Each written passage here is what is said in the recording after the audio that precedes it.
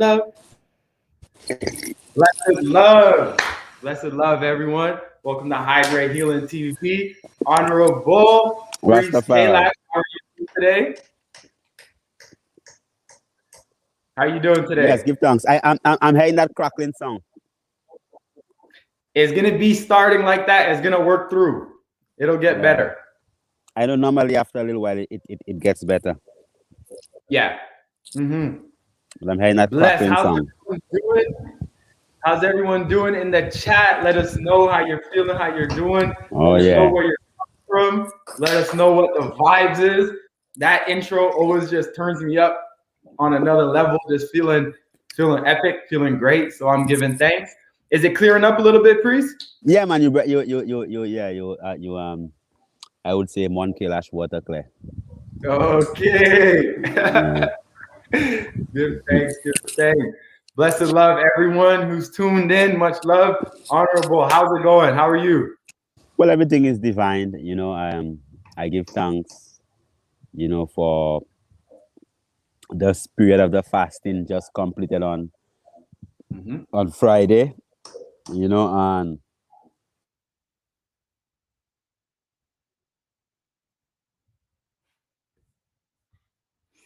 I thought he was just pausing.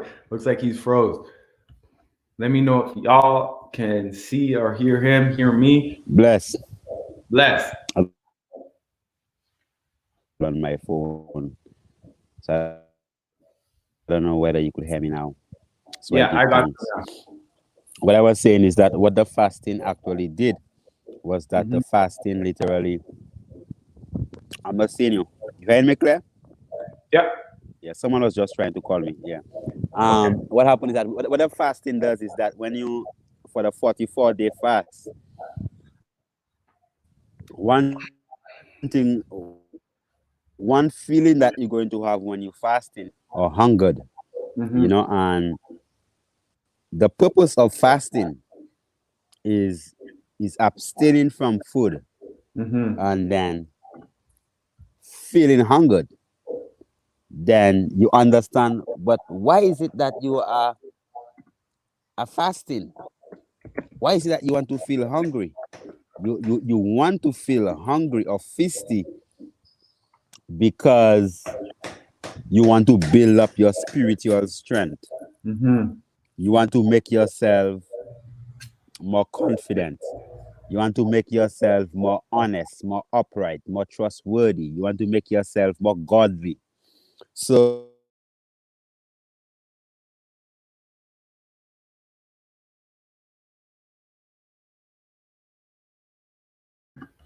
Blessed love. Getting another call. Let me know. Let me know how if y'all can hear me and if y'all are hearing him cut out and if it's every cutting out. time you actually feel hungry, what happens is that you're supposed to bring yourself forward to that point whereby, um, look, it's supposed somebody is just trying to call me and call me and call me and call me. You know how it is sometimes. Whenever you feel hungry, you're supposed to remember that. Well, look, oh, I'm fasting to be more godly, So the hunger is not that you fasting just so you could be hungry, right? When you fast and you abstain from food, you are always going to be feeling like, boy, oh, my belly empty. But whenever you feel your belly empty, it's supposed to make you reflect upon your purpose. Oh yeah. So your belly feel hungry. Say, oh yeah, man, give thanks, man. I want just to be more steadfast in what I'm doing and to be more upright. I want to work harder. I want to be more spiritual. I want to get more balance. So 5 minutes again, you feel hungry again. Oh yes, give thanks, man. Yeah, man. You know why I'm hungry? Because I'm fasting. But why am I fasting? Because I want to be more steadfast. I want to be more upright. I want to be more godly. I want to be in tune with with nature. I want to be in tune with the ancestors. Right. So the fasting process, right, is that ability whereby whenever you begin to feel hungered, you begin to feel hungry, that you could begin to associate that, or you could shift your mental frame, you could shift your mental focus into whatever it is that you're trying to achieve. So I give Mm-hmm. thanks for the 44-day fasting. So right now I'm drinking some platano buro, macambu, rich age, Give thanks. so I give thanks for that, Mm-hmm. and even on our even as you know, coming up, we have the Rising of the Gods retreat coming up from the 19th of June, and give thanks for all the people who've been contacting, the people who have signed up, and we just welcoming the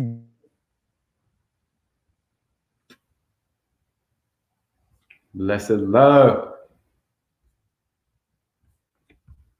Blessed love. Blessed love.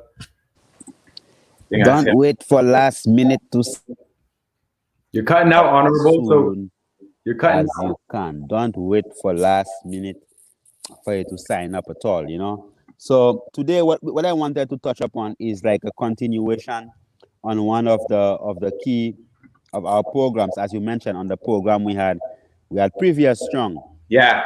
because you know that there are people who basically, give me a second, let me just tell the Empress. Yeah, I'll give them the intro, so then I'll provide the context.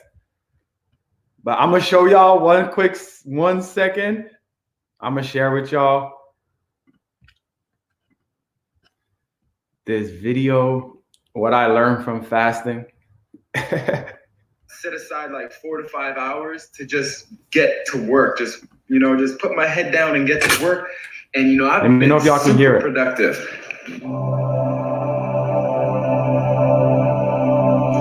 What should I make to eat this morning? Yeah, juice kind of thing.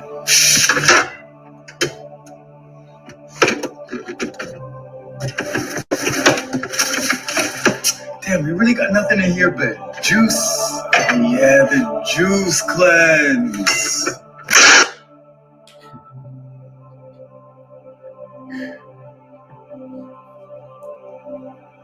Love really can't be explained that time. Love is everything that I can't describe. Love told me to love myself, and then I became. What is this? How did I even get here? All right, so I wasn't that bad, but I just find it funny how we feel we have control over ourselves and. So that's a video that I made, and it's just talking about the fasting aspect, and just like you don't even realize how hunger comes up, and it just and it's just so important that we're able to face that aspect and really deal with that hunger or deal with that desire within us and fortify and just remember our vision and our purpose to get on that. So definitely powerful. For today's episode, like I was saying, was to you earlier, is a continuation of the program that you had on last Wednesday for Livity Live TV. And as the title is here for the stream, the title is Demystifying Hybrid Foods. Because for me on my journey, when I really was learning initially, like 8-9 years ago, one of the people that I came across was give thanks for the Honorable Dr. Sebi, and he taught me a lot, and he helped direct and orient my mind to a certain way of thinking. But then, I just continue to learn and to add and build upon from my experiences, and just continuing to learn from a lot of different people. And there's just like a villainization, and I feel like there's a confusion around hybrid foods, and where there's a lot of people calling foods toxic and poison. And these are foods that have been shown to heal, and these are foods that have been utilized for centuries upon centuries. So for this episode, really wanted to speak with you and demystify the hybrid foods and the alkaline foods, because it's important that we have a deeper understanding as a community, so we know what we're saying when we're talking about hybrids, and when we're talking about GMOs, and when we're talking about heirloom foods. So first off, the initial thing that you were speaking about was the big difference between genetically modified foods and then the hybridized foods. So if you want to touch base a little bit on the genetically modified and the hybridized, and what's that difference, and then what do we and we can just build on it from there. Well, I mean, I give thanks. I mean, I was called, a sister called me some time ago, and she said, well, did I see this video that that I think it was Dr. Sebi's son. I think he has an Instagram account called Dr. Sebi's son, and he said that he was speaking about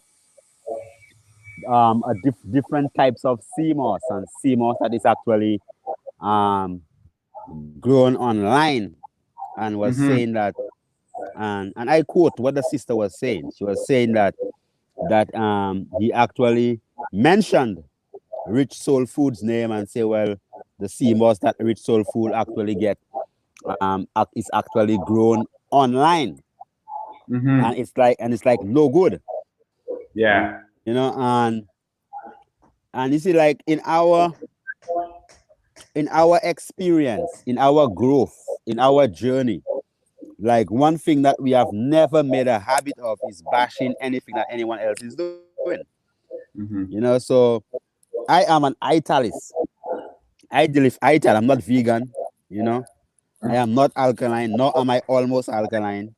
You understand? I'm an ital man. I'm a Rastafari, and the Rastafari levity, the tradition, right, have been there long before vegan and long before alkaline levity.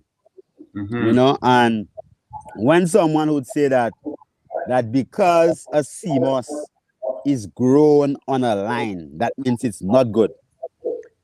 I find that there's no nutrients and zero nutrients and all of these things. And I can remember it was about, let's say, about 2 years ago Mm-hmm. when I was discussing with you about the importance of actually carrying out tests on the CMOS that we actually ship out of St. Lucia, and to ensure that you have no lead, no mercury, no aluminum, or none of these heavy metals in that CMOS.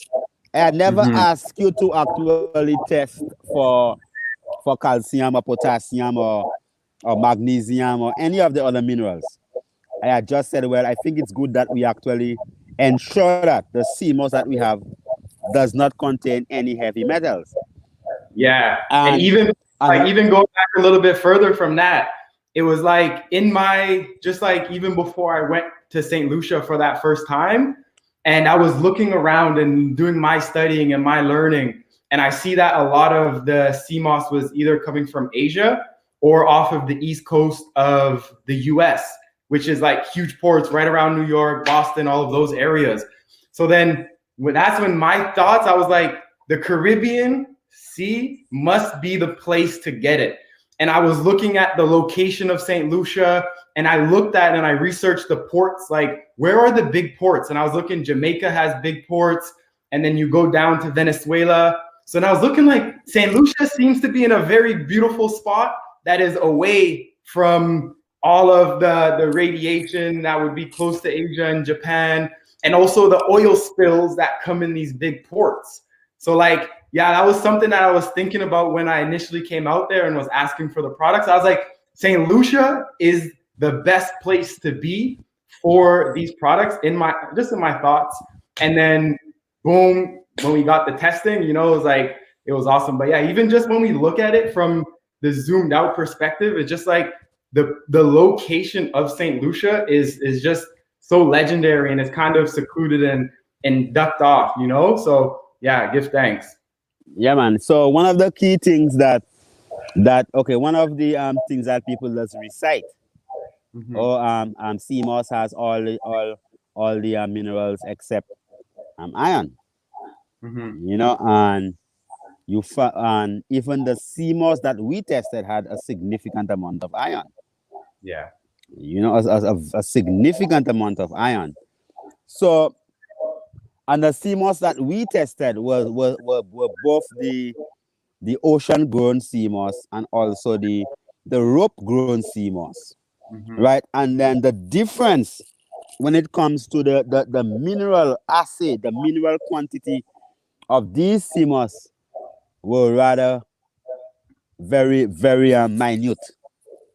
All right. So when you compare, it's like you saying that if it is that you grow lettuce, right? If someone farms lettuce and then you find lettuce in the wild, like the farmed lettuce or the farm kale or the farm quinoa or the farm fonio or the farm wild rice has no value. It has no nutrients, right? So I find that when people could go as far as saying that ocean cultivated sea moss has no nutrients, I think that that's very sad. You know, Mhm. I don't know whatever point that someone might be trying to prove, but intellectually, right? And then scientifically, when you understand that, okay, for sure. I remember last year March, I was telling you, even if you go on our Instagram account, I would have been showing you the coral harvested sea moss, Mhm. and then we had the wild crafted sea moss, and then we have the sea moss that is actually grown on ropes. Mhm. And the wild crafted sea moss that we have, or the ocean grown sea moss that we have, was a sea moss that people would literally dive for and get in the middle of the ocean on the you I think you have a couple of videos where you lie down in sea moss and all them different type of things there, Mhm. right? And it is a fact that the sea moss that is grown on the coral, on the rocks, right, would have a larger quantity of minerals than the sea moss that is grown on the sand, Mhm. right? And the sea moss that is grown on the sand will have a larger quantity of minerals than the sea moss that is grown right on the ropes. Mhm. But it does not mean that because the sea moss is grown on the ropes, that means that the sea moss has no nutrient whatsoever. That's not just. That's not a fair statement to actually Yeah. do. And then I find that it the implications of it is not good at all. Yeah, let's bring it back a little bit to demystify the hybrid food aspect, because I feel it goes from that basic foundation where we can just call foods poison and toxic and have no nutrient basis, when a lot of that is false. And the idea that there are foods that are non-hybrid, right? There are very few foods that are not hybrids in today's day and age. For example, like kale is a hybrid, avocado is a hybrid. Like even the banana, these burro bananas, these are all coming from the banana seed. I was watching a documentary of when they first went and lived in the Mexican area, the Aztecs, and it was saying like they would just find the bananas that had the most amount of flesh, and they would eat that, and then those seeds would be by their house, and then after time these bananas just that they selected for seeds that had the most flesh around it, and then over time all of a sudden these bananas have more flesh, and it's not the original, so that technically is a hybrid, you Yeah, know. but it even goes further than that, because Hmm. even like the burro bananas, they don't grow from the seed. Hmm. They don't grow from the seed. They grow from the stem, from the roots. Yeah. If you have to plant a burro banana tree, Hmm. you don't plant the seeds. Hmm. So it has no seeds. So when you Yeah. hear people say, and a lot of the things that people say is because of ignorance, because they really don't know. A lot Hmm. of these people that you bring them in the wild and you tell them, what is that plant? Right? They don't know. Right? So if I show you, I'm sure that, okay, based upon your experience, right? Based upon the fact that you have been coming into the mountain, right? And then you've been, you've been utilizing certain herbs. I'm going to just walk towards one herb. Hmm. And it's a herb that herb there is one of the herbs that is on um on the alkaline list, Yeah. right? It's cutting out. Was in a good Wi-Fi spot.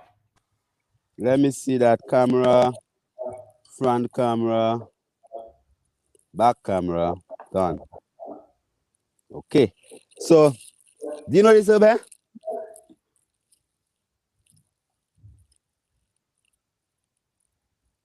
Bless. Bless. Do you know this herb? I can't even say right now. Are you hearing me? Do you know this? Yeah, no, I can't tell you what that is right now.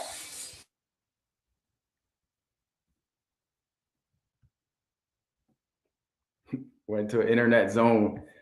Internet zone.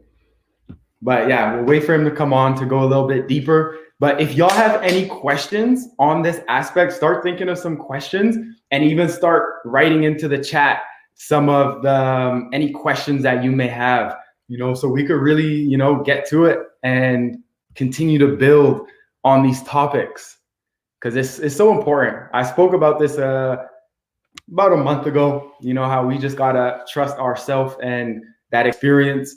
And yeah, I've been doing a lot of researching, studying of ancient cultures, ancient civilizations, and just how they were able to survive and how they were able to come forward and to survive and live with the food around them. Boom. Blessed love. I see you there.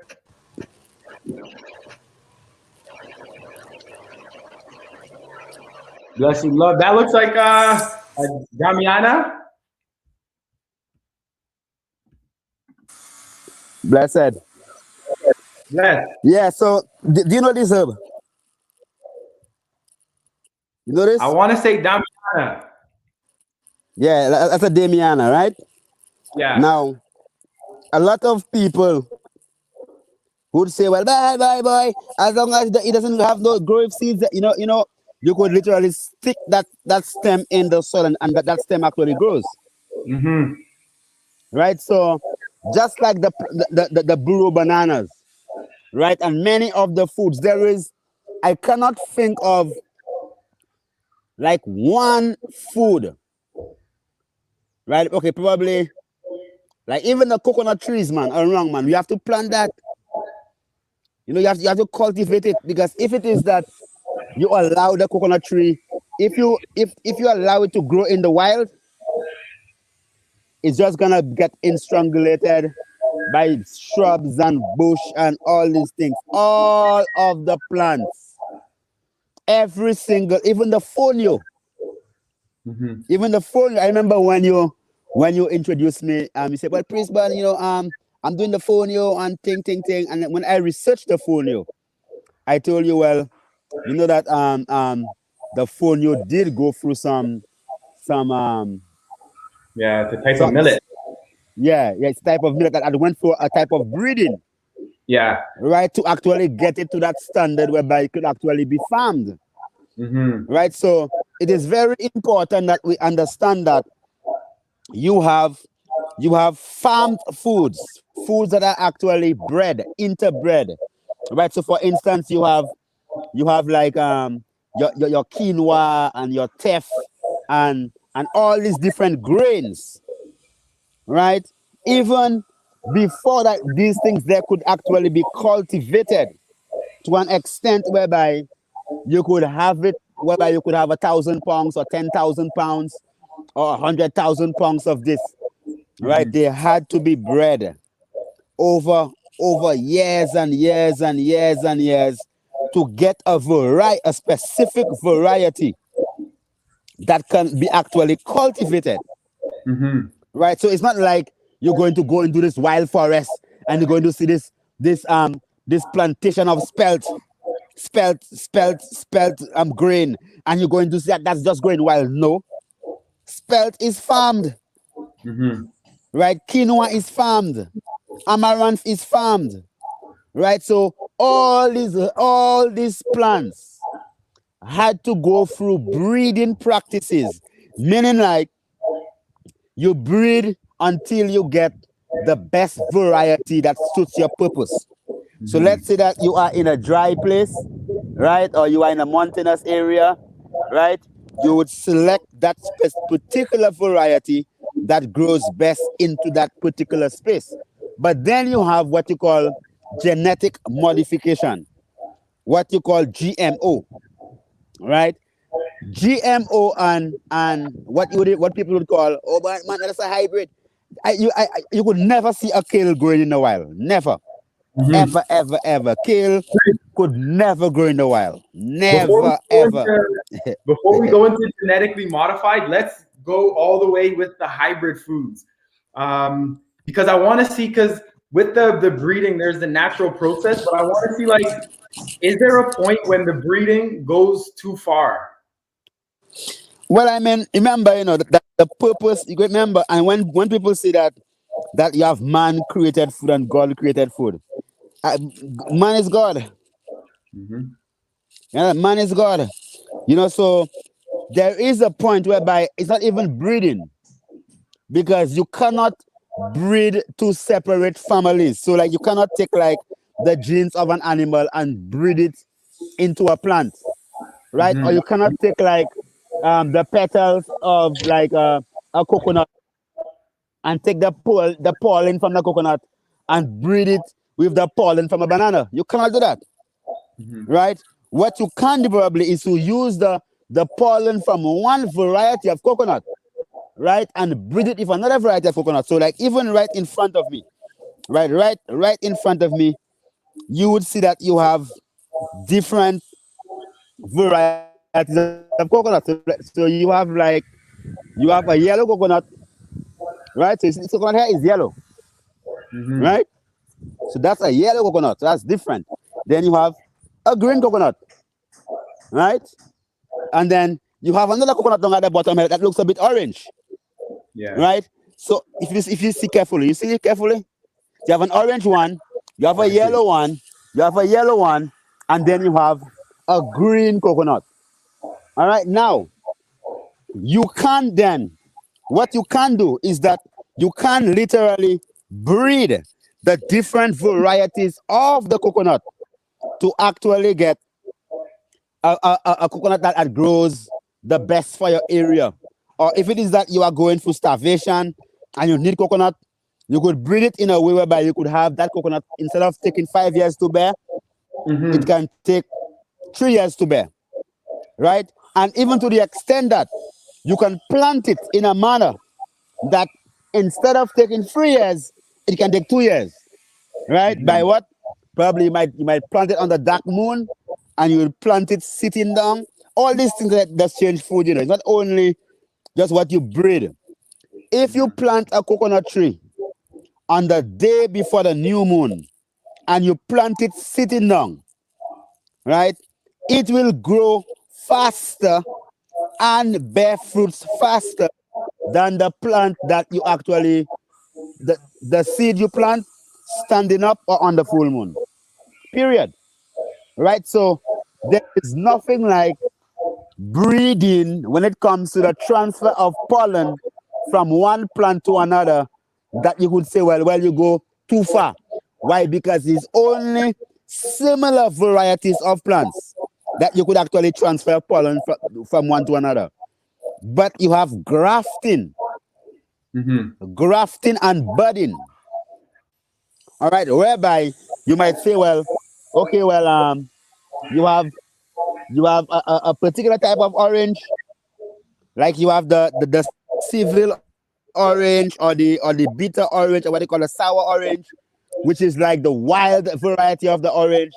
And then you could cut off a stem of, let's say, a Washington orange, right, or tangerine mandarin. And because the two species are so close, you could Mm-hmm. literally graft the branch of the tangerine onto the sour orange, and then that branch of the tangerine will actually grow to bear tangerine, Mm-hmm.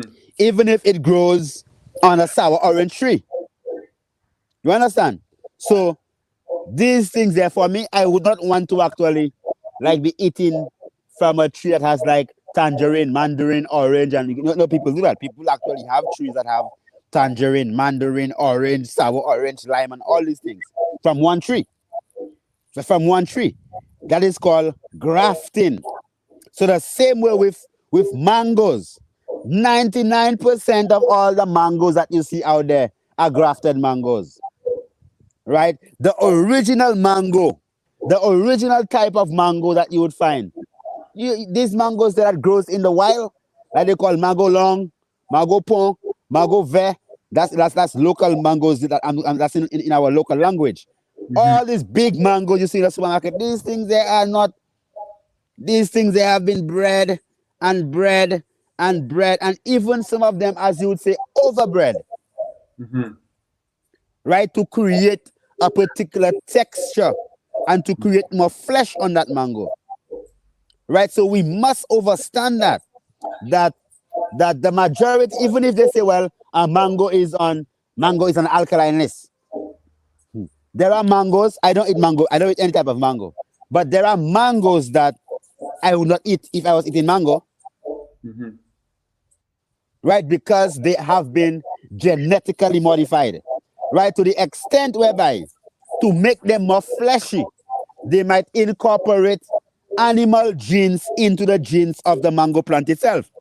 Right, and that is why the great majority of the mangoes, most of the mangoes you find on the shelf, just test that, right? Get a mango off the shelf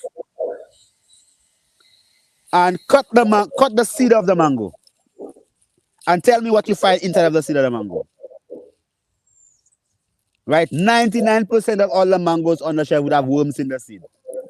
Mm-hmm. Would have Worm, like worm, a worm. okay. Yeah, just cut them. Just get a mango and cut the seed and see what you find in the seed.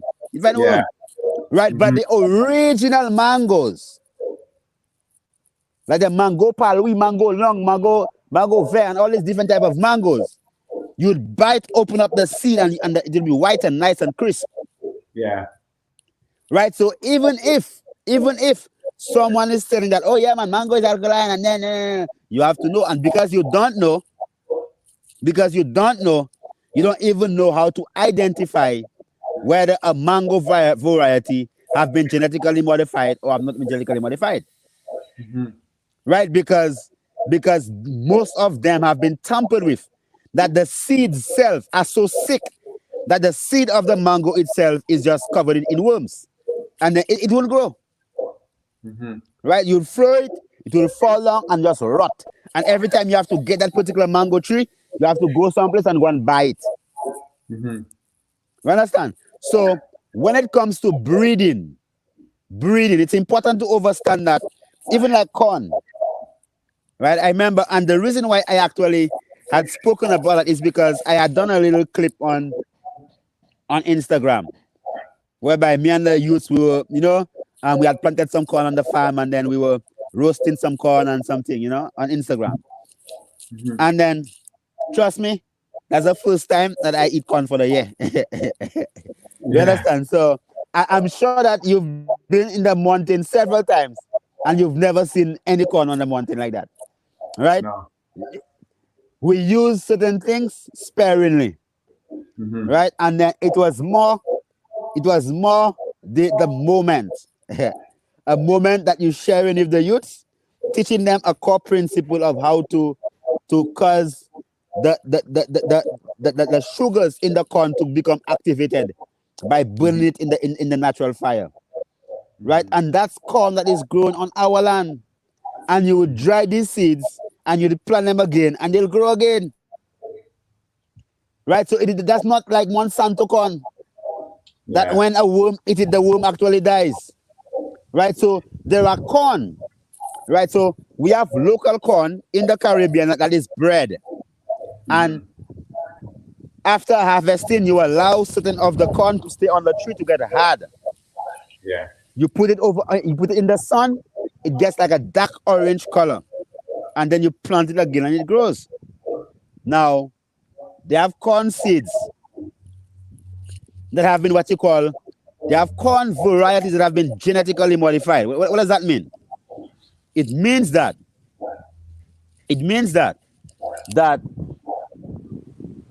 for instance, like they would take a bacterial gene. There is, like when we're growing corn in the Caribbean, what you do to prevent worms, you take some soil and then you sprinkle some soil in the heart of the corn, between the leaves of the corn, right? And that prevents it from actually growing worms. Mm-hmm. Now, why? Because there is this particular bacteria in the soil that actually destroys the worm. Now, what scientists did is that they extracted the gene from the bacteria that's responsible for producing a particular protein that's toxic to that particular worm, and then they insert that gene into the genome of the corn. So then the corn then has that ability to produce a particular protein that when the worm eat the corn, the worm actually dies. Right? And as you know, you're just a bigger worm. So if you keep on eating that corn, and definitely you're gonna get sick. That's what you call Mm-hmm. genetic modification, whereby you go into the genome of the plant, just like the tomatoes. And it can be cherry tomato, it can be plum tomato, it can be any tomato. And you have to be careful. You have to be Mm-hmm. careful. It's not because, oh yeah, man, it's cherry tomato, and then you believe all cherry tomatoes are good. No, Yeah, one right? thing that I've been looking at in the store is, and something that the word that I don't hear often, and let me know if this word holds any weight, is heirloom, a heirloom variety. How you spell that? Uh, Heirloom. And that's like these are the, like, say, the tomatoes that you get that are the heirloom varieties. They look odd shaped. They're such, like, there's no uniformity to them. Every tomato looks different. It doesn't, like, it doesn't get as hard and stay as hard in the fridge. It's like it's harder to keep good, but it's the heirloom varieties, which is like the original type of it. That's the non-GMO aspect of it. what I The mean hair, is it the original of anything stays longer. Trust me. Like if you have like the original tomatoes in Saint Lucia, right? They are odd yeah. shaped, Hmm. right? And they are smaller, and then they are more oblong. They have Hmm. more like it's not like they're wrong and they're smooth. They're more oblong, and they're rough, right? And they would stay longer. They would maintain like that freshness longer than the other type of tomatoes, like the tomatoes with the fish genes, because you know that even if they say, well, it's cherry or plum, it could be cherry or plum with fish genes, Yeah. right? Because they add the fish genes into the tomatoes to make them more resistant to water. And that's what you Hmm. call genetically modified, right? So it is very important that we understand the difference between what they call the hybrid and the genetically modified foods, Hmm. right? And even Basically, this one is like the genetically modified is when they say man-made, it's like it's in a lab where it's a they're made in a lab, yeah. microscopes, and then that's that level of science, right? So that is the man-made aspect of it. But then when you're looking at the hybrid, it could just be bred, and it's the same species. And even if humans weren't doing it, animals could do it, or it happens naturally also as plants evolve. Because hybridization is also a natural process that doesn't even need humans to do, just by natural selection. Yeah, but that's what you call natural selection, as you said, right? It's called natural Yeah. selection. Hmm. And in our time when we were growing up, like if you plant lettuce, right? The lettuce you would allow it to grow until it makes seeds, and then you would take the seeds and replant the seeds, Yeah. right? But nowadays, even if lettuce or kale is on the alkaline list, these Hmm. things that would stay there and they would never grow no seeds. You understand? So you have to be careful. You have to know, well, as you say, the heirloom, as you would call it down there. But in Saint Lucia, we just call it the original plant, the original. Like, I look You out know? here right now in my little garden, and I have arugula growing, right? And then the arugula, it started to bolt, and then now the seeds are coming out. Yeah, yeah. The arugula is an original plant. Yeah, Yeah, this is coming from last season. When I planted it last season, they just grew naturally the next season. I have yeah, yeah. some type of basil out there too, and it's just next season it just grows. Yeah, You the know? arugula and the mustard and all these things that come from the same family, right? The lettuce, the dandelion, the kale, the lettuce and the dandelion come from the same family. The kale, the broccoli, the cauliflower, the cabbage, all these things that come from the same cruciferous family, Yeah. right? So we are now in a point whereby like, even broccoli, all you call brochets, right? The broccoli does flower. You have broccolis that flower. Mm-hmm. And if you've ever planted broccoli, there is a variety of broccoli that send some nice, pretty yellow flowers, right?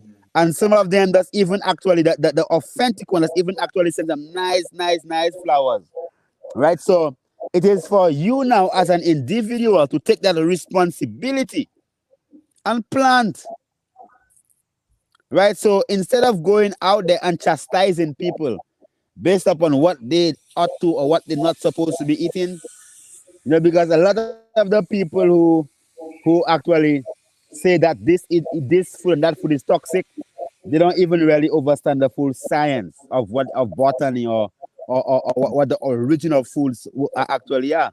So for us, it's just about education. And if someone believes like that's the best way for them to live, well, good, bravo, right? And if it actually yields results for you and it makes you feel good, bravo, give thanks, Mm-hmm. right? But you cannot tell me that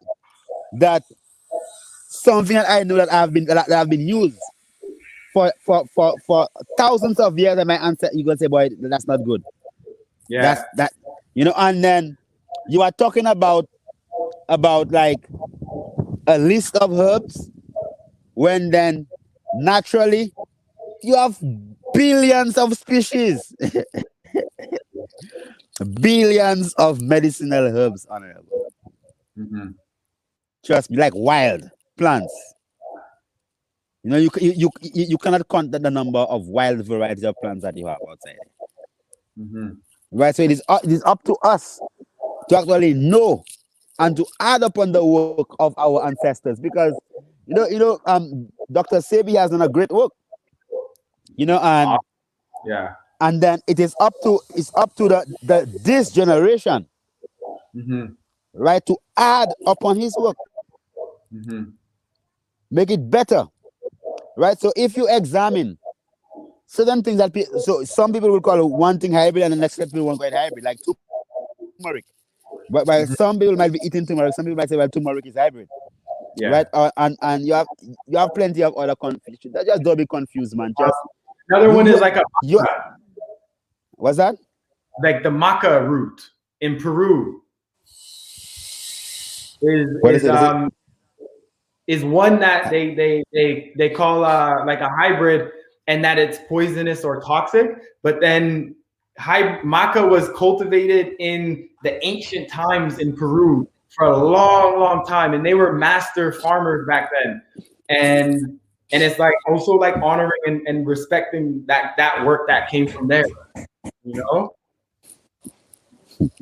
It's a bit of I don't really like talking about these type of things, because for me, knowledge is universal, man. And the majority of people that talk about these things, if I go, I can stay right by my garden and I can see a plant of yellow duck, Mm-hmm. and if I tell them, go and get me a yellow duck there, and they will know.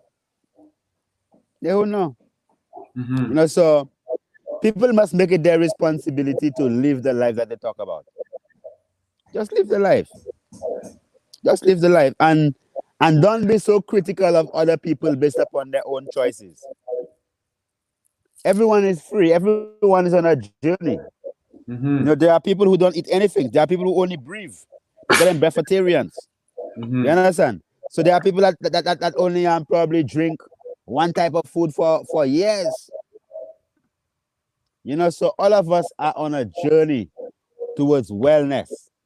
So it is very important that we embrace one another, and wherever that we could strengthen, we strengthen. But Mm-hmm. the whole confusion about that hybrid, and I tell you personally, I've had people that were my friends. that stop speaking to me, you know, just because I use periwinkle, you know. Mm. Yeah, let's say periwinkle is hybrid. Yeah. Yeah, and then periwinkle is indigenous to Madagascar. It grows wild in Madagascar. Mm-hmm. Indigenous to Madagascar, right? So I Mm-hmm. mean, who go on? So you mean to tell me that a man went into Madagascar thousands of years ago and decided to plant periwinkle and right? And I know that any woman, any woman, any woman who has like fibroids and then Mm-hmm. they've been bleeding profusely, non-stop, and you give them a periwinkle tea, that will stop immediately. Mm-hmm. Immediately. Immediately. Right? So it's important, man, that we understand this little simple little knowledge, man, and then we embrace that because our ancestors have been doing certain things for years, man, and it's done them good. Yeah. And you know what something that you said which is very important is that we are all on a journey. And that means like me, myself, I am on a journey, you are on a journey, we're all on a journey. So you started this year saying um, grace is a word that you utilized for this year is grace, right? And Graceful, I feel that nicely. that word grace is so important and powerful for us individually as well. And for those people who are listening and getting all this information and they feel confused, I feel like just honor that journey for yourself and give yourself some grace, but continue to do the works and continue to study and continue to learn and better yourself, but have some grace with yourself on that journey. And don't demonize yourself, don't demonize others, don't demonize certain foods, and just know it's on a journey. And once we learn, then we could shift and we could adjust, you know? Hmm. Uh, Grace is like understanding that it's not of your powers, man. Yeah. mhm, You're not here because of your own powers, man. You're not here mhm, because you're so big and so strong and you invincible, man. You know, you grace just by the grace of creator and creation, right? That we mhm, are able to exist, you know, because plenty of the things that people consume, the air you breathe, the water you drink, the clothes you wear, the perfume you wear, you understand? I mean, everything, man, just toxic, you know. So mhm, it's just the grace of the creator, man, that keeps us going, you know. So mhm, whatever path that you on as a man or as a woman, you have to fully embrace that path and just take it a day at a time and work towards reaching that state of perfection within yourself. Not what somebody else want to see you become, but what you mhm. aim to become for your own self. You know, and that's important. Yeah. Very important. Yeah. Give thanks. Super important. So the question here, our Cam mentioned to clarify, hybrid and heirloom foods are okay to eat, but stay away from GMO, right? So that Well, was. what I would tell people, because I would not tell you that this is okay and that is not okay, right? Because Mhm, at the end of the day, right, you're not like me. I'm in the mountain, you know, man. I could just walk down there and I could get all my foods by myself. You mhm, understand? You're different. Your reality is different, right? Your reality is different than my reality, right? There is a reality also that exists whereby you could really increase the mineral quantity of your own plant. So let's say that you are planting broccoli, and broccoli is what you have, and you're planting that, right? You could literally make a tea from your vine and give it to the broccoli, right? Because the broccoli will absorb the minerals from the vine, right? mhm, And help the broccoli to become more alkaline. You understand? So it is up to you to understand the practices that you have to keep as an individual. Okay, but definitely any GMO, I will tell anyone, right? Abstain from everything GMO. As long as it's genetically modified, abstain from that. Yeah. You know, right? GMO is like devil food completely. That there is like that's the worst thing that anyone could actually put into their physical structure. Mhm. Genetically modified foods. Never, ever, ever, ever. I don't eat them things there. I don't deal with them. I'm not there, and I don't deal with them things at all, at all, at all, at all, at all. GMOs. Stay away from them things there. Period. And then, like you said, it's tough to say to someone this is okay and this is not, because like even some of us are lactose intolerant or have certain allergies, and we have certain reactions. Like certain foods may make me feel really good and make someone else feel really tired. So it's that's where we try to add our own journey to it and honor that and know where we are also. Yeah, man, and just embrace your own reality because it's your path, and everyone's Hmm. path is unique. And you take it Hmm. a day at a time. You understand? So that's why I began by saying that fasting is not just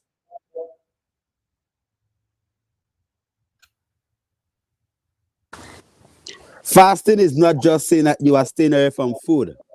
Fasting Hmm. is whenever you get hungry because you're not eating, it takes you back to what goals that you have. Oh, I'm hungry because I'm fasting. Why? Because I want to be more godly.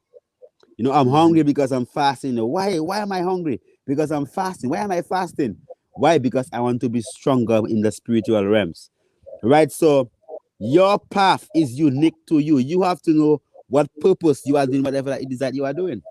You Hmm. understand? So then, as I said, there is a science whereby you could actually get the best out of whatever that you have to actually consume. And you have to learn exactly how to manipulate that science.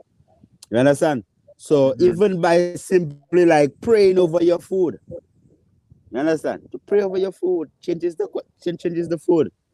So Hmm. it's not like as if, it's not like as if you do this and you don't you're gonna die. And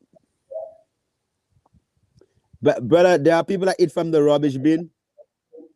Okay, they eat from the rubbish bin like the vagrants that eat Hmm. from the rubbish bin and they never sick. Hmm. Hmm. Right? Why? Because they have no stress, they have no problems, they have no wife, they have nothing, they have no problems, they have no children getting problems, they have no work getting problems. They eat from the rubbish bin and they never fall sick. You never see them get the diarrhea. Yeah. And you go and eat some stale food and see how fast you get sick. Hmm.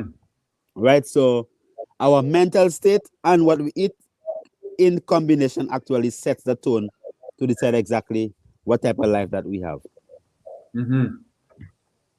Yep. Very powerful. Give thanks. So we'll go into a couple of these questions here. So one was from Lucretia. She has blessed love. How do you know that Seamoss carries the control? And we know because we got them tested. So I personally don't necessarily like to go off of just like what's being said, and I like to confirm those things. So we got it tested. So we do have the lab result also for the minerals, and then also for the toxins, because like Priest was saying earlier, we wanted to make sure that we're not taking a food that we're supposed to be healing us and is full of toxins and heavy metals. So that's how we know on that. What's the best way to use Damiana, Priest? Cure it. You have to cure it, like dry it properly in a cool, dark place, and then use it as a tea. Hmm. Yeah, great. Give thanks. And for Slim now, I get this question a lot. How to make it taste better? Can we add? Empress Dora said, boil some ginger and bay leaf in water before adding Slim now. It helps with the taste. I always think of like put some ginger in there too, since it's already in there. Yeah. What's your thoughts on that? The taste is because you react to the taste because of the worms you have inside of you. Hmm. It's not really you, it's the worms. So the taste does. So all that is very important, man. That's why the different taste is important. We could have made medicine sweet, and just sell it and make money. That's why they Hmm. have all these cough syrup so sweet. So Hmm. you drink it and you like it. Oh, that tastes good. So you drink it and you like it because you got addicted to the sugar. But the point of it is that you have to understand the significance of the different flavors, right? Hmm. So just the fact that it tastes like that is important. that means that it's working on a particular part of your physical structure. And Yeah. also, as you say, the only thing that I might ask you to add is some ginger, nothing else. Hmm. Just ginger, because if you add any other thing, it might decrease the purgative aspect of it. Hmm. Give thanks, because I feel it is also important on that journey, as we're speaking about on that journey of someone who they're on the point of they won't take slim now because of the taste. That's where they're on that part of their journey. You know what I mean? So like to honor that and kind of like ease them into the process where they come to terms with the knowledge of that's the parasites reacting instead of, that's us, or it tastes bad, so kind of like honoring that side of the journey to bring them to the point where slim now tastes good. Well, I mean, as I say, probably you could do a capsule for them and give them a capsule, But to say, well, you're gonna change the consistency, the blend of the herbs just to satisfy someone, it's not Hmm. like the rain is gonna stop falling just because one person is getting wet. There are Hmm. certain natural things that in creation are just natural, right? So the bladder tastes fishy, the Seamoss tastes fishy, right? Hmm. That's it. So you're gonna have that fishy flavor, Yeah. and it's just because of how rich it is in nutrients, right? Hmm. So it's up to you. Yeah, so it's blessed. Even with the rain analogy, one person may use an umbrella and another person may just be out there fully in the rain. Yeah, but I mean, when you have an umbrella, you don't get wet. You don't get the blessing. You don't get wet. Exactly, but at least they're hearing Yeah. the sound, and soon they'll be able to get out from the. Well, I mean, you see, at the end of the day, you see, like with medicine, our African medicine used to make us vomit and have diarrhea. They used to taste so bad, and that's a core foundation of our medicines. You understand? Like Yeah. like the free up laxative. It's part of it. Hmm. It's part of it. We have a sister in a mountain, and she's passing out worms every day. Every day Hmm. she's passing out worms. Every day she's passing out worms. And I'm saying, but how can somebody have so many worms inside of them? Right? So then at the end of the day, you might find it that when we tell you that the amount of worms that the sister have been passing out from the time that she's there, consistently. I don't know, man. I don't know. Hmm. Yeah, potent though. Give thanks. Give thanks Rastafari. for healing, and even like in the South America with the ayahuasca, there's the purging aspect from the throw up and the free up. So it's a part of that healing. It is, man, an integral part of the healing. When you Hmm. because years, people have been saying, but Prince, you can change your taste of like no, I can't. Hmm. I can't. Hmm. You might be saying, why, what happened? The Prince want to make money, man. No. I want my medicine to work. That's what I want. I want that when you use it, you get results. It's not about just making things that because it's sweet and people like it. No, and you know what? When you take it, it works. And you get Yeah. results. Key. Super important. Sheila Field, if you could explain what you mean by these shots, if these shots are important, you could let us know. Where would you recommend us to get seeds? For me in Vancouver, there's a certain like a seed bank, people who really work on the art of getting these heirloom seeds and that side. So I'd say like in this part where I would go to find a company or a group of people who really take some pride in finding the heirloom seeds and bringing that forward. And just look out for those companies. There's usually smaller companies, as opposed to like going to like a Home Depot or one of those places just to get like a bunch of seeds for like $2, or even just like sometimes in say the Anamu or the blue vervain, you Yeah, sometimes that's it. you sometimes just get seeds in the bag. Sometimes Yeah, just get. and also in the tomatoes, when you buy the tomatoes, they have seeds. You plant them. The Yeah. bell peppers, they have seeds. Plant them. Mm-hmm. You could plant them. You could plant. They'll grow. Like I have my seasoning peppers growing now. Yeah, So they're when I get growing. there, Yeah. yeah, they're small but growing, you know. So I have some seasoning peppers growing there. So You you know, should you should have season, you should have seasoning pepper and not some other. You should have seasoning pepper. Yeah, oh that's yeah, oh the yeah. good seasoning.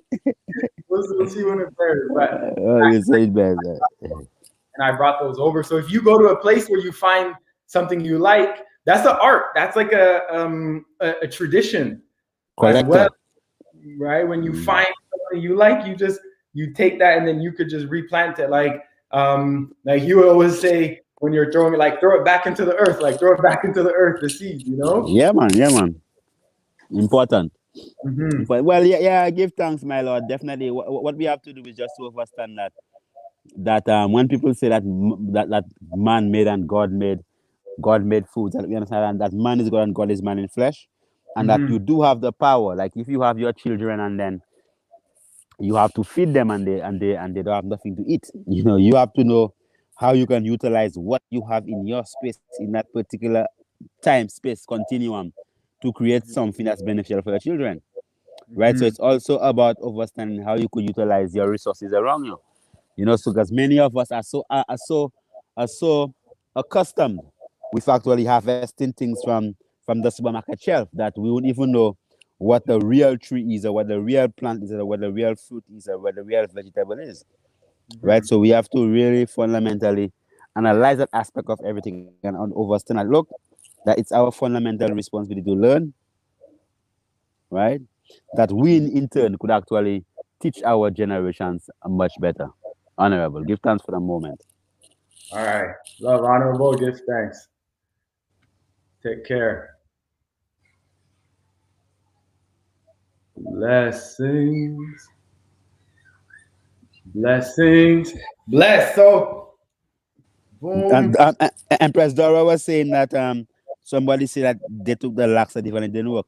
If you take the laxative and it don't work, you just return the empty bottle. You get a replacement. It comes with a money back guarantee, Mhm. right? But say, for example, like for us, to say return the label, it's just like buying a new one. You know what I mean? It's just like buying a new one. So, What's that? like to return the label, The you know, bottle. yeah, to return the bottle, you might as well just buy a new one because that's the cost of it. So, for that one, that's a tough one. You Yeah, but know, I mean, if it doesn't work, we replace it. Yeah, so that's how we do it. We replace Yeah. it, but just in terms of for them of why potentially why it wouldn't work for them, and for them, yeah, explain that because I do know that, but Well, I mean, at the end of the day, when I say return the bottle, it just shows that you actually did try it. Because some people, that there are some unscrupulous people outside there. There are people that are unscrupulous. I'm mm-hmm, talking about really unscrupulous people. Like, you mm-hmm, understand? So then, if you really did drink the laxative, return the bottle, yeah, and then we replace it. And just like anything you order anywhere, if you say it's not good, you return the old one and then they give you back a new one. mm-hmm, Right? But there are some people who are rock stiff, literally rock stiff, and they need the extra strength laxative. So we do have an extra strength laxative, and that's for the people that the normal strength doesn't work for. So if you are somebody who is like concrete on the inside and you really need the extra strength, definitely we can provide that for you. So if you buy one, it doesn't work, then automatically we prepare an extra strength for you and then we give that to you. mm-hmm. Yeah, because in the experience, if it worked the first time, it didn't work. The second time, almost always it works for the people. It frees them up, and they get that experience. They get that cleanse. Yeah, man, give thanks. Rastafari. Mhm. Give thanks for the periwinkle. Do you have to dry it first? Yeah, it's always good to dry your herbs for tea first. Yeah. Yeah, Give yeah. thanks. Give thanks. Give thanks. All right. Bless, honorable. So give Give, thanks for the moment. yes, definitely. Give thanks for the moment. Full joy, the feasting again, and full joy Yeah, the man. beautiful time out there. And then looking forward to be out there June 19th, June 26th, out there for Rising of the Gods retreat. So that's going up. So give thanks for that. And yes, give Rastafari. thanks for the information today. Give thanks, love, man. All right, love. Bless. Yeah, so Cam, all the stores around here has a no return policy for food since the pandemic. Yeah, what we do on that one, just show us a photo of the bottle, show us what you did, and let us know how you did it, how you took it, so then we could provide any assistance. But otherwise, we'll definitely return that replacement because we want you to experience that, because for me, I love that experience of that free up. So I want everyone to really get that free up experience. And KG Music, do you still speak to Mark Roman? It's been a while. It's been a while since I have spoke to him, but I'll definitely keep up with what he's doing and sending him love all the time. And which laxative is this? I have a friend that only goes once a week. So the laxative is called Free Up Laxative, and that's what we have on our shop. And this is a laxative that is based off a traditional recipe in Saint Lucia that they utilized quarterly to cleanse the colon and also replenish and revitalize. And it's something that's smooth. It works. Like, it's aggressive, but it's not painful. So that's the laxative, the Free Up laxative that we have on our website. And then someone was asking about Slim Now. Slim Now is a colon cleansing, really just a cleansing powder blend and also revitalizing blend. So it has the cassia alata, the senna alata, which is a mild colon cleansing and colon cleanser, and then a liver cleanser. And then it also has the blue vervain, which is blood building. Then it has the ginger, which helps the smooth aspect of it. And then it has the bladderwhack, and it has the Seamoss to help replenish and revitalize. So that's the Slim Now. It's a cleansing and revitalizing blend that we do have on our website, which is something that Honorable Priest Kailash has been using for some time in his practice, and something that we started to have. And we have a bundle where it is Everybody Poops, where they get the colon cleanse, which is the more aggressive cleanse. And then you have the Slim Now, which is more of a mild laxative, more for maintenance and just cleansing up. And for the people who want to just release the weight, is it's important. So that's the Slim Now and the laxative. See, like, this is a real thing, which is I have a friend that only goes once a week. And that's why we called this bundle Everybody Poops Bundle, because realize that there's a lot of people who just they're not pooping, they're not freeing up. And it's something that we're not looking at, we're not realizing how serious that is. Like, we're just building up of everything that we're eating. We're not really realizing how serious that is. So when it comes to freeing up, when it comes to going to the washroom, pooping, it has to be every time you feast, you have to release that one as well. So definitely, share with your friend, the colon cleansing aspect, and we'll definitely, provide her with some of that high grade healing and, make it happen. And boom, are we going to have a sale soon? Yes, we will. We're going to be doing a restock of all of our products later on this week. And then when we do the restock, we're also going to have a sale with it. So stay tuned for that.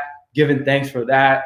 And so we're going to be doing a restock. We don't have cocoa sticks right now. All of our bundles are sold out. The golden Seamoss is sold out. So we're going to be restocking later on this week. So y'all can stay tuned for that. And much love, y'all. I did post a video on my channel. Let me post that video in the link real quick for y'all. And if y'all want to just hop over, check this video out, and, comment. If you want to comment, if you got some value of it, let me know. But regardless, just check the video out and let me know what y'all think. It's a bouillon recipe, a Saint Lucian soup. Not a soup, but it's a stew soup recipe, also known as a one pot. So go over there, show some love to the video. That would be much appreciated, loved. And just in general, for me, is like, I'm on this journey of falling back in love with cooking and just doing those little things in my life that bring me joy. And one of those things is cooking. And I went away from cooking and just being in the business and all this with the pandemic. But now I'm returning to cooking and returning to that fun and that joy in my life. And I feel that's just an important aspect. So much love, y'all. Sending y'all love, sending y'all balance. If there is no more questions, I'm off of this. Sending y'all love. And we'll see y'all next strong. until then, just keep it highly irie, highly vibey. Bless y'all. Let me just bless up some of y'all. Much love, Cam, Sheila Lady. Much love. Slim Now is wonderful. I'm releasing weight right now. Pooping regular and easier now. I like that. Releasing the weight. I love that. I love that. Give thanks. Tisha, hey, does it take out the calcified poop or just new poop? The free up will take off the mucoid plaque in your colon, in your intestines. Definitely will. You'll be interested. Once you take it, you'll be really interested. Can you heal while using tahini? Yes. Yeah. 718 Monty. Much love. D. Bay. Much love. Cam once again. Palmodzi, Africa. Much love. Give thanks. KG Music. CE. Much love. Cathandia Moraine. Much love. I watched that video earlier today. Did not see some of the ingredients. What I'm going to do for y'all is I'm going to put in the description, I'm going to list all of the ingredients. So I'm going to put that in the description for y'all because a couple people mentioned that they wanted to get that full recipe. So I'm going to definitely get that for y'all. And 718 Monty, what are the symptoms of a clean colon? For me, like I used to dislike going to the washroom because it would take me so much time. I would just be sitting on the toilet and just be like, just like chilling, you know, reading and just like waiting to free up because it was such a process for me. But when you have the clean colon, it's just you go to the washroom when you need to, you release, and then feel lighter, feel clearer. You're going to be able to digest and absorb your food better. You're going to, you know, release the toxins. So you may lose some weight as well. But then for me, once I cleansed, I was actually able to gain weight faster after I cleansed. So once you cleanse, you're just going to be able to do whatever your goal is. You're going to be able to achieve that goal, whether it's to gain weight or whether it's to lose weight, because you're going to be just, your body, your physical is going to be able to do what it needs to do. So yeah, that'll be blessed. Marlena, right? Will you guys be adding any more items for Priest Kailash ship like the dewormer? Yes, we will. We're going to be looking forward to that later on this month in April. We're going to be looking to having the cleansing products, the full line of cleansing products, so y'all can order the full detoxes. So those are going to be on the website later on this week. So much love, sending love for that one. I'm excited because it's a potent package, you know, and that's something that I'm really excited for y'all to share. And so give thanks. Michael De La Rosa, my brother, I poop. I've been vegan for a year now. Which one would you recommend now? Slim Now or the other? I would say like start with the free up. Start with the free up. If you haven't done like a real colon cleanse, start with the free up and just cleanse out one time real good. And then from there, you know, you could just get on your herbs and all that. But I would say start with the free up and get that cleansing going. And then just from there, you'll be able to take the Slim Now if you like, or take your vervain, cassiolata, all these different herbs. But once, just cleanse that. All right. Much love, y'all. Sending y'all love. I'm going to catch y'all next week. We're going to be posting another video this week. Got a video that's posted up right now. So show some love and sending y'all love. Take care.